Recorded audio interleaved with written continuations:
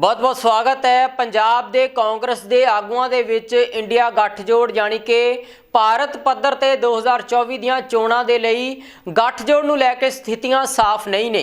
ਪੰਜਾਬ ਕਾਂਗਰਸ ਦੇ ਆਗੂਆਂ ਵੱਲੋਂ ਇਸ ਗੱਠਜੋੜ ਨੂੰ ਲੈ ਕੇ ਆਪਣੀ ਅਸਹਿਮਤੀ ਕੇਂਦਰੀ ਲੀਡਰਸ਼ਿਪ ਦੇ ਨਾਲ ਸਾਂਝੀ ਕੀਤੀ ਗਈ ਹੈ ਤੇ ਹੁਣ ਰਾਜਾ ਵੜਿੰਗ ਵੀ ਪ੍ਰੈਸ ਕਾਨਫਰੰਸ ਨੂੰ ਸੰਬੋਧਨ ਕਰਦੇ ਹੋਏ ਨਜ਼ਰ ਆਏ ਨੇ। ਉਹਨਾਂ ਕਿਹਾ ਹੈ ਕਿ ਕੇਂਦਰੀ ਲੀਡਰਸ਼ਿਪ ਵੱਲੋਂ ਅਜੇ ਉਹਨਾਂ ਨੂੰ ਇਸ ਗੱਠਜੋੜ ਨੂੰ ਲੈ ਕੇ ਜਾਂ ਸੀਟਾਂ ਦੀ ਵੰਡ ਨੂੰ ਲੈ ਕੇ ਕੋਈ ਵੀ ਨਿਰਦੇਸ਼ ਜਾਰੀ ਨਹੀਂ ਕੀਤਾ ਗਿਆ। ਸਿੱਧੂ ਮੂਸੇਵਾਲੇ ਦੇ ਪਿਤਾ ਬਲਕੌਰ ਸਿੰਘ ਦੇ ਚੋਣਾਂ ਲੜਨ ਬਾਰੇ ਵੀ ਉਹਨਾਂ ਨੇ ਨਾ ਨਹੀਂ ਕੀਤੀ ਹੈ। ਉਹਨਾਂ ਨੇ ਕਿਹਾ ਹੈ ਕਿ ਅਗਰ ਬਲਕੌਰ ਸਿੰਘ ਚਾਹਣਗੇ ਤਾਂ ਇਸ ਬਾਰੇ ਵਿਚਾਰ ਕੀਤਾ ਜਾ ਸਕਦਾ ਹੈ। ਹਾਲਾਂਕਿ ਬਲਕੌਰ ਸਿੰਘ ਵੱਲੋਂ ਅਜੇ ਤੱਕ ਚੋਣਾਂ ਲੜਨ ਬਾਰੇ ਉਹਨਾਂ ਨਾਲ ਕੋਈ ਗੱਲਬਾਤ नहीं की गई है।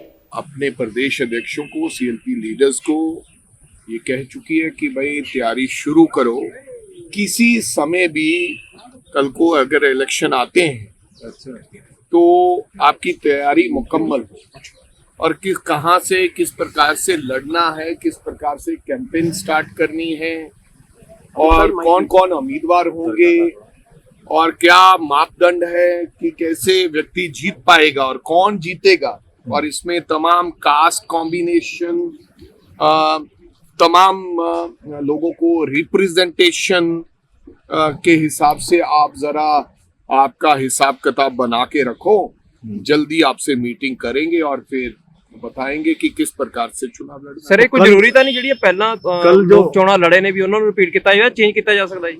नए चेहरे लाए जाएंगे। देखो ये फैसला, अंतिम फैसला ऑल इंडिया प्रेसिडेंट खड़गे साहब ने करना है और राहुल गांधी और श्रीमती सोनिया गांधी ने करना है। लेकिन मेरे को लगता कि पूरे देश भर में जो लोग जीत पाए चुनाव, चाहे वो कोई भी हो, उनको मेरे को लगता है इस बार सीरियस कैंडिडेट लिया जाएगा। क्योंकि हमारे पास जिस प्रकार से हालात हैं, हमें ऑन मेरिट, ऑन ग्राउंड्स और नॉट इमोशनली हमें प्रोफेशनली काम करना पड़ेगा। और जो प्रोफेशनली लोग जीतने वाले होंगे और मेरिट वाले होंगे उनको टिकट अगर पार्टी देगी, क्योंकि ये मैंडेट तो ऑल इंडिया प्रेसिडेंट का है, मेरा नहीं है, तो अच्छा हो। सर जिस तरह से ने कोई बात की है, खासकर अब क्योंकि अलायंस का भी समय आ गया पार्टी को लेकर कोई बात रखी गई है यहाँ पे? नहीं, इवन मैं ये भी आपसे क्लैरिटी कर दूं, बहुत से हमारे नेता सक्रिय रहते हैं बयान देने को। यही बात कई कहते हैं कि अलायंस होना चाहिए, कोई कहता नहीं होना चाहिए, कोई कहता लड़ लो, कोई कहता ना लड़ लो। लेकिन मैं ये कहना चाहूंगा कि हाई कमांड यानी कि खड़गे साहब, कोई ऐसा कोई संदेश आएगा तो मेरे पास आएगा, बीइंग ए पीसीसी प्रेसिडेंट। इस प्रकार का अभी कोई किसी प्रकार का संदेश नहीं दिया है कि आपको कहीं इकट्ठे लड़ना है, कोई तैयारी करो, अलायंस करो, आप इन चीजों को उन्होंने अभी तक टिल टुडे जो परसों मीटिंग हुई थी यही चर्चा रही कि किस प्रकार से हमने 13 की 13 सीटों पर चुनाव लड़ना है, क्या क्या मापदंड होने चाहिए, क्या क्या हमने चीजें चेक करनी है। तो अभी तक किसी प्रकार का कोई इशारा नहीं दिया है। हाईकमांड जब इशारा देगी तो मैं आपको बता दूंगा, उसको मैं अपने मन में कितनी देर छुपा के रखूंगा। कोई भी ऐसी बात है अगर हाईकमांड चाहेगी, अगर अलायंस की बात मान लो हो, तो मेरे को बताने से क्या गुरेज है। अभी तक क्योंकि अल्टीमेटली तो हाईकमांड ने जो कहना है वो होगा। पर हाईकमांड भी आज की डेट में यही चाहती है और जो हमें डायरेक्शन दिया है हाईकमांड ने, मेरे को कल कहेगी नहीं 5 सीटों पे काम करो, तो मैं बोलूंगा हाँ भाई ठीक है 5 पे करता हूं। मेरे को अभी तक परसों की मीटिंग तक यही संदेश है कि आपने 13 की सीटें की तैयारी करो। Caste combination, representation to the all caste आप बनाकर बताओ और ऐसा बताओ कि कौन कौन से लोग आपके पास हैं जो चुनाव लड़ सकते हैं। वड़िंग साहब, कल जिस तरह से होम मिनिस्टर ने नेहरू जी को टारगेट किया, एक मिनट, जो कांग्रेस में हमेशा रहा है आपस में, क्या इस बार कोई लड़ाई झगड़ा तो नहीं रहेगा? आपको लग रहा है कोई है? पिछले 1.5 साल से मेरे को लगता डिसिप्लिन में अगर कोई पार्टी, और बिना ताकत में तो सब डिसिप्लिन रहते हैं। आप चाहे तोमर जी को मंत्री पद से उतार के उनको स्पीकर बना दो, चाहे रमन सिंह को जो मुख्यमंत्री रहे उनको स्पीकर बना दो, क्योंकि आपके पास डंडा है, आपके पास तमाम सी एजेंसीज हैं, आपके पास उनकी सबकी कईयों की रिकॉर्डिंग है। बिना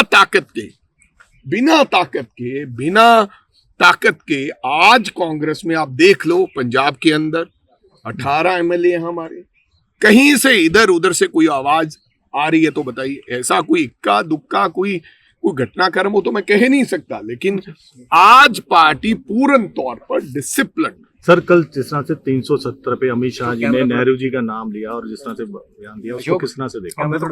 अब देखो, पहली बार नेहरू जी के बारे में किसी बात की निंदनीय टिप्पणी करना, ये आप ये आने वाले दिनों में मैं समझता हूँ कि एक नया रिवाज डाला जा रहा है। किसी ने यहाँ पर रहना तो नहीं है, कोई यहाँ पर पक्के तौर पर स्थिर नहीं है, ना नरेंद्र मोदी जी पक्के तौर पर स्थिर है, ना नेहरू जी थे, ना मैं हूं, ना आप है, लेकिन देश का पहले प्रधानमंत्री, उनकी अपनी बात बढ़ाने के लिए किसी को नीचे दिखाना, मैं समझता हूं ये कोई अच्छी बात नहीं है। अपना नाम बढ़ाने के लिए किसी को नीचा नहीं दिखाना चाहिए, मैं उस बात की निंदा करता हूं, ऐसा नहीं करना चाहिए। प्रधानमंत्री नरेंद्र मोदी जी भी हम कल कहेंगे यार उसने ये फला कर बहुत, तो इन बातों का मेरे को लगता थोड़ा सा ध्यान रखना चाहिए। सर कोई जिਵੇਂ ਤੁਸੀਂ ਕਿਹਾ ਵੀ ਕੈਂਡੀਡੇਟ ਤੁਸੀਂ ਦੇਖ ਰਹੇ ਹੋ, ਕੋਈ ਬਲਕੌਰ ਸਿੰਘ ਜੀ ਨੇ ਇੱਛਾ ਜਤਾਈ ਹੈ ਕੋਈ ਚੋਣ ਵਾਸਤੇ ਜਾਂ ਨਹੀਂ? नहीं, बलकौर सिंह जी ने साडे कोले किसी प्रकार की इच्छा नहीं जताई। अगर बलकौर सिंह जी इच्छा जताउणगे ਜਾਂ ਉਹਨਾਂ ਦੀ ਇੱਛਾ ਹੋਏਗੀ, ਹਜੇ ਕਿਸੇ ਪ੍ਰਕਾਰ ਦੀ ਗੱਲ ਨਹੀਂ ਹੋਈ, तो बलकौर सिंह जी मोस्ट वेलकम। ਸਾਨੂੰ ਇਸ ਤੋਂ ਚੰਗਾ ਕੁਝ ਹੋਰ ਹੋਏਗਾ ਹੀ। ਅਗਰ ਬਲਕੌਰ ਸਿੰਘ ਜੀ, ਅਸੀਂ ਪੁੱਛਾਂਗੇ ਬਲਕੌਰ ਸਿੰਘ ਜੀ ਨੂੰ, ਅਗਰ ਪਰਿਵਾਰ ਇਹ ਚਾਹੁੰਦਾ ਹੋਏਗਾ, ਇਹ ਪਰਿਵਾਰ ਦਾ ਡਿਸੀਜਨ ਹੈ। ਮੈਂ ਪਹਿਲੇ ਦਿਨ ਕੋ ਕਿਹਾ ਕਿ ਮੂਸੇ ਵਾਲੇ ਪਰਿਵਾਰ ਨਾਲ ਦਿਲੀ ਸੰਬੰਧ ਸੀਗਾ, ਦੋਸਤਾਨਾ ਸੰਬੰਧ ਸੀਗਾ, ਪਿਆਰ ਸੀਗਾ, ਉਹਨਾਂ ਨਾਲ ਕਦੇ ਰਾਜਨੀਤੀ ਦੀ ਗੱਲ ਇਸ ਪ੍ਰਕਾਰ ਨਹੀਂ ਕੀਤੀ। ਸ਼ੁਭਦੀਪ ਆਪ ਚਾਹੁੰਦੇ ਸਨ ਚੁਣਾਵ ਲੜਨਾ, ਇਸੇ ਕਰਕੇ ਉਹਨਾਂ ਨੂੰ पार्टी ने लिया के राहुल गांधी जी ने स्पेशली उन्होंने लड़ाया गया। अज भी अगर माता जी बलकौर सिंह जी अगर इच्छा जाहिर करनगे बतौर प्रधान, तो उन्होंने परिवार के नेड़ले संबंधा चों होने के नाते मैं उन्होंने पूछांगा, तो बिल्कुल मोस्ट वेलकम।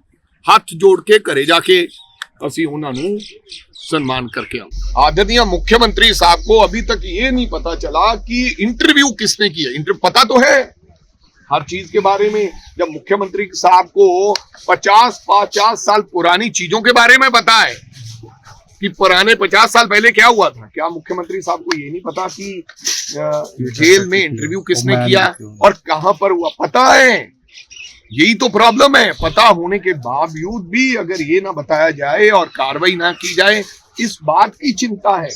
और रोजाना, इसलिए ये जो रोजाना आप देख रहे हो, आपने बोला जेल की बात कही, आपने कहीं चौक चौराहे पे, अब तो लोगों के पिज्जा हट से भी लोग चाकू निकाल के पैसे निकालने लगे हैं, जो छोटी सी दुकान होती है। तो मेरे कहने का मतलब लॉ एंड ऑर्डर की स्थिति कोई है ही नहीं है। इससे ज्यादा हालात खराब हो नहीं सकते जिस प्रकार से आज के पंजाब के हालात हैं।